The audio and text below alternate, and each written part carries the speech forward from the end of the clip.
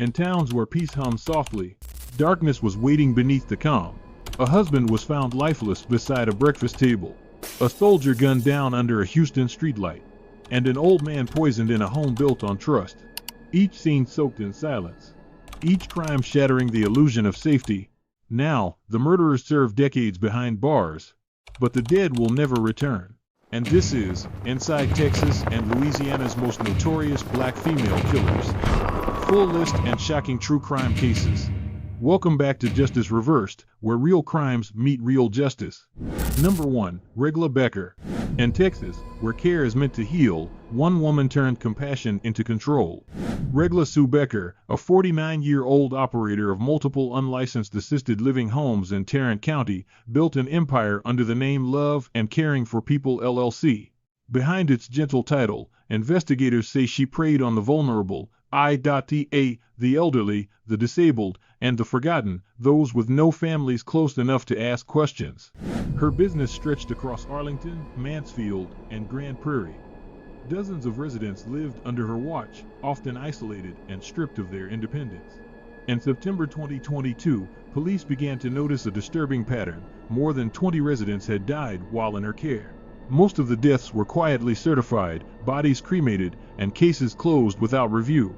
But that changed in January 2024, when 60-year-old Stephen Kelly Pankratz was found unresponsive in one of Becquer's Arlington homes. First responders recalled signs of rigor mortis when they arrived. An autopsy later revealed mixed drug toxicity, a lethal combination of trazodone, tramadol, and mirtazapine medications that Pankratz had never been prescribed. He was getting handfuls of pills twice a day, one family member told police. Weeks later, detectives learned that Becquer had gained power of attorney over his affairs shortly before his death. By February 2024, Arlington police arrested her on a charge of endangerment. But as investigators combed through medical and financial records, the picture darkened. They uncovered handwritten wills, leaving entire estates to Becquer, missing debit cards with fraudulent charges, and accounts showing she controlled her clients' property, even their phones and cars. One detective described the case as disturbing, heartbreaking, and unimaginable. In June 2024, the Tarrant County Medical Examiner ruled Pankratz's death a homicide. Police reclassified the case and charged Becquer with murder. Officers also reopened the files of more than 20 other deceased residents, many of whom had lived in her homes since 2022. Detectives found a consistent pattern: dependency, isolation, and financial gain. During a court hearing that summer, Becquer appeared calm in an orange jumpsuit, her hands folded tightly as the judge read the murder charge. Her defense argued she was being targeted unfairly for running homes that served people no one else would take. Prosecutors countered that she had used care as a cover for exploitation. Her total bond remains at $1.5 million. Families of the victims sat in silence, some holding photographs, others holding back tears. The case has drawn national scrutiny and renewed calls for reform in Texas's unregulated boarding homes. City officials acknowledged that facilities with fewer than 3 residents often escape inspection, creating what investigators now call a perfect loophole for perfect victims. From this tragedy come 3 urgent lessons. Trust should never replace verification. Isolation is a warning sign, not a comfort, and oversight saves lives long before justice does. And as Texas confronts the aftermath, one truth remains: neglect disguised as care can be the deadliest deception of all.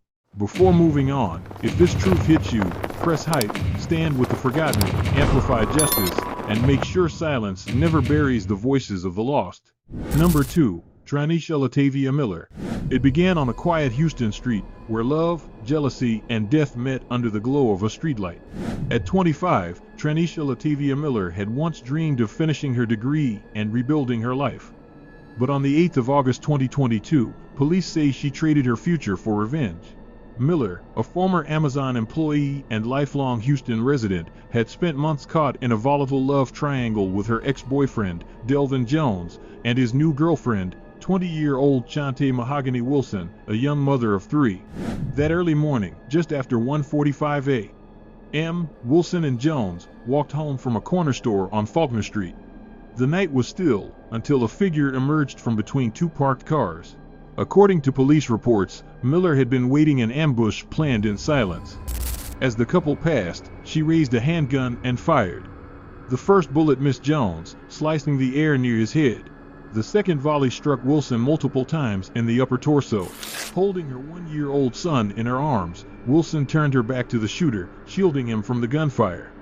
The baby survived. Wilson did not. After the shooting, Miller fled eastbound in a red Nissan Cube. Hours later, she called the grandmother of her ex-boyfriend, the same woman she had once lived with, and confessed. "I did it," she reportedly said more than once, providing details that only the killer could have known. On August 17, 9 days later, Miller surrendered at Houston Police Headquarters. Prosecutors charged her with murder and aggravated assault of a family member, citing clear evidence of premeditation. Detectives emphasized that she had waited in ambush, turning jealousy into execution. Court documents reveal that Miller, wearing a gray jumpsuit and avoiding eye contact, stood silent during her first hearing. Her bond was set at $900,000, $750,000 for murder and $150,000 for assault. The judge ordered that, if released, she remain under house arrest and have no contact with Jones. The victim's family launched a GoFundMe campaign to bury Wilson, whose twin daughters and baby son were left behind. The community's grief quickly spread online, where the story of a mother shielding her child became a symbol of both courage and tragedy. Houston police and local advocates used the case to warn about dating violence, a growing problem often overlooked until it turns fatal.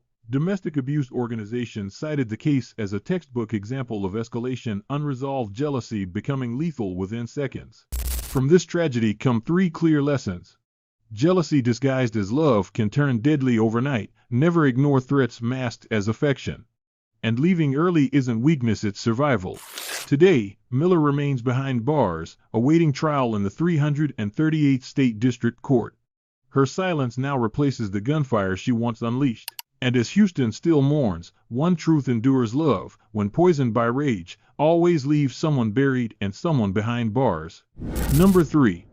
Dora Blake. It began as a birthday celebration and ended with a son dying behind the wheel. In November 2015, Dora Blake, a 47-year-old woman from Minden, Louisiana, joined her son, 22-year-old Patrick Hollingsworth, and his girlfriend's mother for a night out at a casino in Bossier City. It was supposed to be a quiet celebration before her birthday. Instead, it became the night she destroyed her family. Blake had been drinking heavily inside the casino. Witnesses later said she was loud, erratic, and out of control. Security asked her son to remove her from the property. Reluctantly, Patrick helped his mother to the car, trying to calm her as they headed east on Interstate 20 toward home. The third passenger, the girlfriend's mother, sat in the front seat beside him, while Blake sat in the back.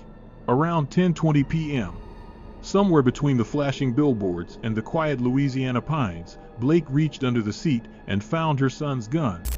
Without warning, she fired. One shot struck Patrick in the head as he drove, killing him instantly. Another bullet hit the front passenger in the shoulder. The car veered off the highway and slammed into a group of trees near mile marker 36. When bystanders rushed to help, they found chaos, shattered glass, smoke, and a woman screaming that she had been kidnapped. Blake, slurring her words, told rescuers she'd shot the others in self-defense. Investigators quickly realized the story didn't match the scene. Detectives later confirmed she was so intoxicated they couldn't even question her that night. By morning, her story changed again. Blake said she remembered nothing, only waking up in a jail cell to learn that her son was dead by her own hand. Prosecutors charged her with first-degree murder and attempted first-degree murder, but after 2 years of proceedings, the charge was reduced. In June 2017, before Judge John Robinson in Bossier District Court, Blake pleaded guilty to manslaughter and received the maximum sentence of 40 years in prison. In court, she appeared pale and hollow-eyed, clutching a tissue as the sentence was read. Her attorney said she suffered from alcoholism and was a woman consumed by guilt and regret. The surviving victim described the shooting as spontaneous: no fight, no warning, just the sound of a gun. The judge called it a crime beyond comprehension, a mother killing her own son. The tragedy drew national attention for its sheer tragedy: a family car turned into a crime scene because of addiction and rage. Mental health advocates used the case to call for stronger intervention programs for repeat offenders with substance abuse histories. From this case emerged painful lessons. Intoxication never excuses destruction, untreated addiction can turn anyone dangerous, and even love, when clouded by alcohol, can lead to irreversible loss. And as Louisiana remembers that night, one truth endures: no celebration is worth the life it might take. Number 4. Danette Colbert. It started with a night of celebration and ended in a hotel room filled with silence. Danette Colbert, a 48-year-old woman from Slidell, Louisiana, had built a life of deception. Known to police across multiple states, she carried a rap sheet of fraud, robbery, and drugging schemes that spanned more than a decade. Her latest target was Adon Manzano, a 27-year-old sports reporter and father of a 2-year-old girl, in town to cover the Super Bowl. On the 5th of February 2025, Manzano met Colbert in New Orleans. Hours later, surveillance footage captured them entering his hotel room in Kenner. By morning, Colbert was seen leaving alone. Detectives would later uncover what happened inside that room, a scene both tragic and calculated. Investigators determined that Colbert had drugged Manzano with alprazolam, Xanax, mixed with alcohol. His blood alcohol level was 232, nearly 3 times the legal limit. Combined with the sedative, the mixture proved fatal. He was found face down on a pillow, suffocating under his own weight. What followed revealed a criminal operation built on manipulation and greed. As Manzano lay dead, Colbert began using his debit card first at a discount store, then at an ATM. When detectives searched her Slidell home, they found his phone, cards, and personal belongings. Her alleged accomplice, 34-year-old Ricky White, wasn't in Louisiana that night, but digital evidence connected him to every move. Investigators uncovered dozens of text messages between the two, stretching back to 2022, describing plans to KO victims, shorthand for knockout. In one chilling message sent during the crime, Colbert wrote, "Got the phone code. He got money. Waiting for him to sleep." Colbert was arrested the day after Manzano's death. White was captured weeks later in Hollywood, Florida, and extradited to Louisiana. Both were charged with second-degree murder. Prosecutors described their operation as a drug and rob network targeting men across state lines. In May 2025, Colbert received a 25-year sentence in an unrelated theft case after being labeled a habitual offender. The murder case remains pending, but prosecutors have vowed to seek a life sentence. In court, Colbert appeared emotionless, her hair pulled back, eyes hollow, dressed in the orange of the Jefferson Parish Jail. Police Chief Keith Conley described the case bluntly. "She's been running this game for years." The revelations have prompted a broader investigation into similar deaths in Louisiana and Nevada, involving tourists and nightlife victims. The tragedy left a young daughter without her father and reignited fears about drugging and robbery rings targeting men in nightlife districts. Detectives warned that these crimes are often silent until it's too late. From this case arise urgent lessons: never accept drinks or pills from strangers, no matter how friendly they seem. Always share your location with trusted contacts when meeting new people, and remember, scams wrapped in charm often hide the sharpest danger. And as the memory of that hotel room lingers, one truth endures: some predators don't stalk in shadows, they smile first. Number 5. Ureka Black. It began on a quiet Louisiana morning, a mother's voice, a calm lake, and 2 small children who trusted her completely. Ureka Rochelle Black, 32, from Shreveport, Louisiana, had lived a life marked by instability and violence. Over 15 years, she had been arrested 11 times for arson, fraud, and pandering, but always found her way back to the streets. Behind every mugshot was a warning sign that went ignored: a woman spiraling deeper into untreated mental illness.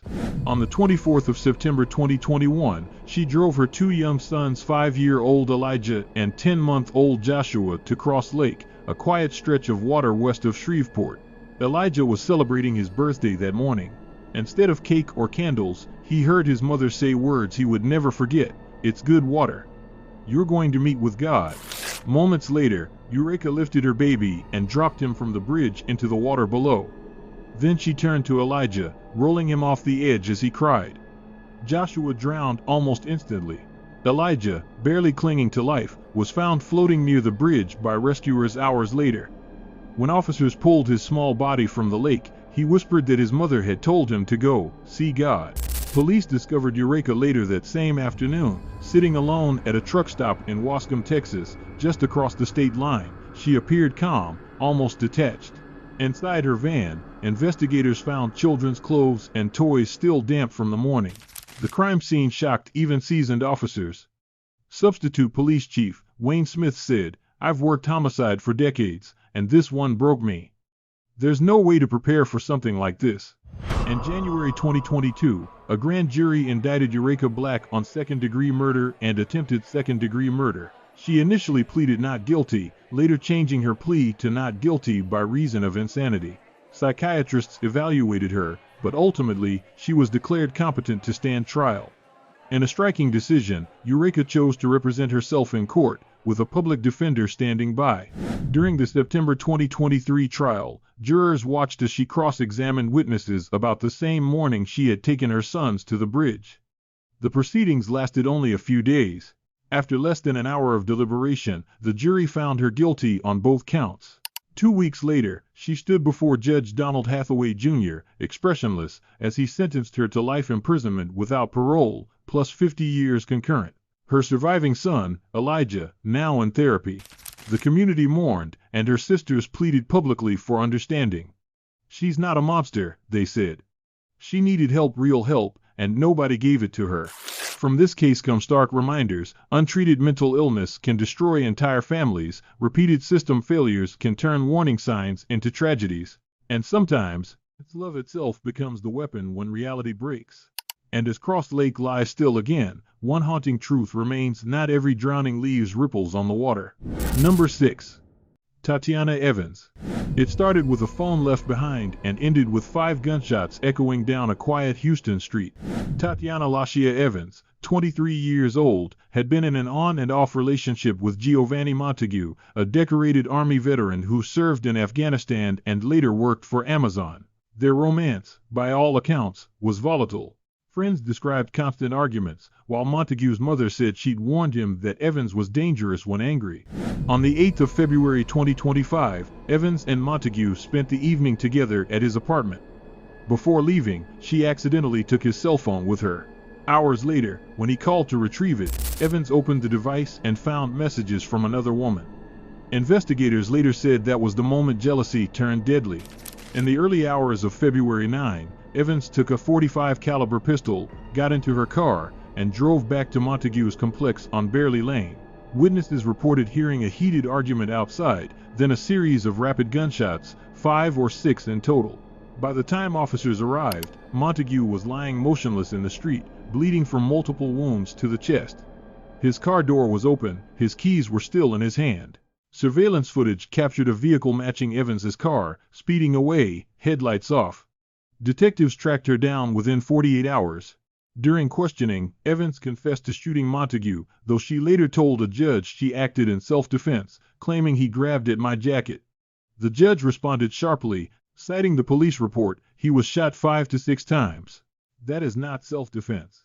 Evans' demeanor in court drew public attention. Dressed in a beige jail uniform, she interrupted the magistrate several times before being reprimanded. Her bond was set at $250,000, and she remains held in the Harris County Jail awaiting trial.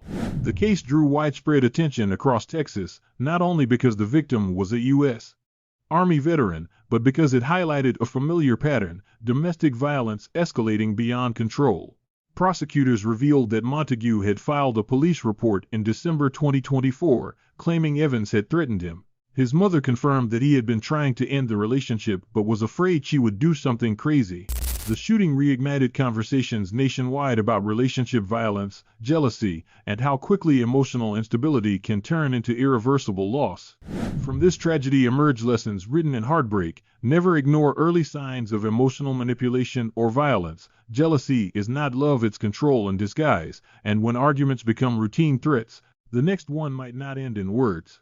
Recognizing danger early can save a life, maybe even your own. As the courtroom doors closed on Evans, her face showed no remorse, only exhaustion.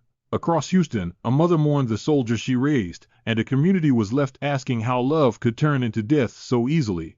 Because sometimes, the loudest warning signs are the ones we choose to silence. Number 7. Tamyrihu Hubbard. It began with a simple argument over breakfast and ended with a single gunshot that shattered a Louisiana family forever. In the quiet neighborhood of LaPlace, 24-year-old Tamyrihu Hubbard and her boyfriend Joshua Jones, age 23, had been living under the same roof for nearly 2 years. Their relationship was strained, marked by frequent arguments and tension that relatives described as unspoken storms waiting to break. On the morning of the 16th of February 2025, that storm finally did. At around 10:30 a.m., neighbors heard shouting from the home on East Lakeview Drive. According to investigators, the argument began over something painfully ordinary: breakfast food. Jones had accused Hubbard of eating too much, leaving little for the rest of the family. Sheriff Mike Tregra later explained they were on a tight budget. It wasn't just about food, it was about frustration that had been building for years. As the argument escalated, Hubbard allegedly grabbed one of Jones's firearms, a handgun he kept in the house, and fired a single round into his chest. In a panic, she called 911 herself, telling dispatchers, "I shot my boyfriend." When deputies arrived minutes later, they found Jones unresponsive on the kitchen floor. Paramedics pronounced him dead at the scene.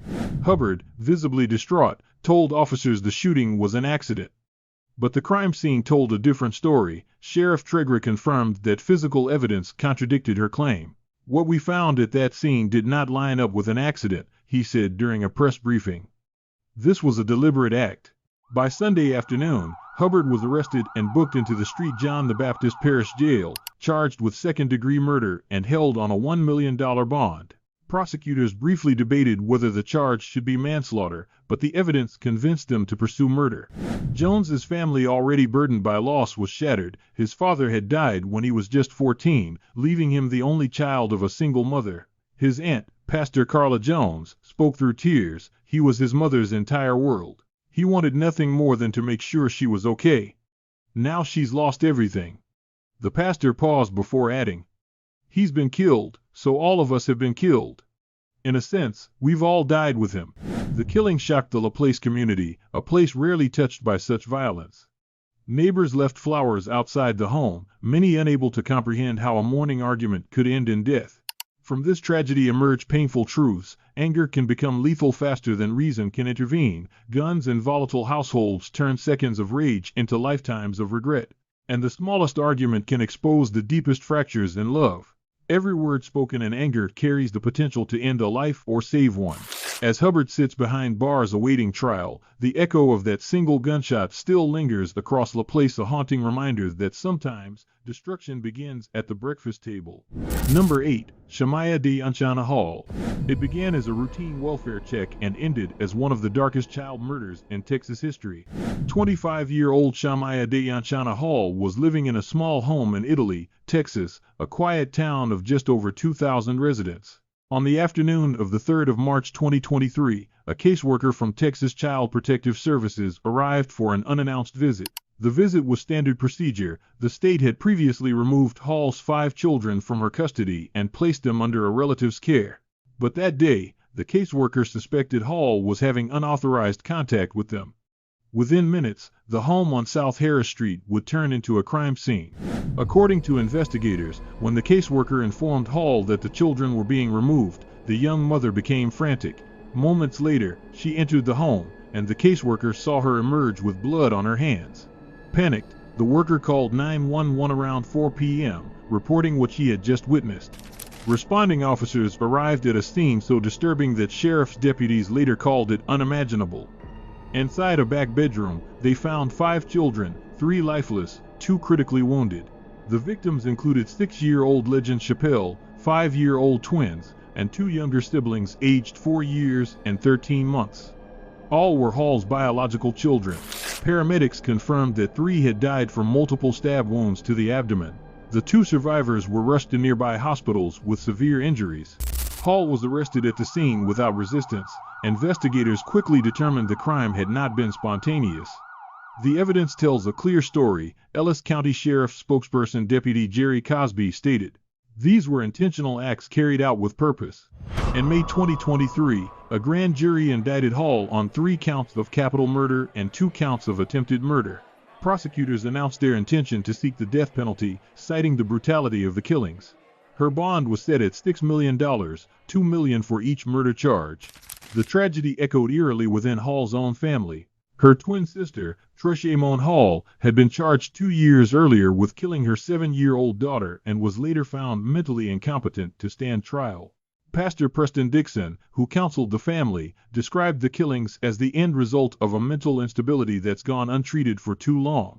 The community of Italy, Texas, was left paralyzed by grief. The local school district offered grief counseling, while the Texas Department of Family and Protective Services issued a statement saying they were shocked and investigating how such a tragedy occurred under their oversight.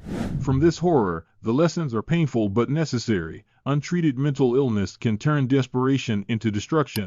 Oversight without intervention saves no one. And even love can become lethal when reality slips into delusion. The warning signs were visible, but no one stopped them in time. As Hall awaits trial in a Texas state facility, the memory of those 5 children lingers like a scar on the state itself, a reminder that not all monsters are strangers. From Texas to Louisiana, every name in this episode hides a warning carved in tragedy. Behind each case lies a lesson about control, obsession, addiction, and the thin line between love and violence. If these stories moved you, don't just watch, stand with the truth. Subscribe to Justice Reversed and tap the notification bell so you never miss the next real-life case that shook America. Because the next story isn't just another headline, it could be happening closer than you think.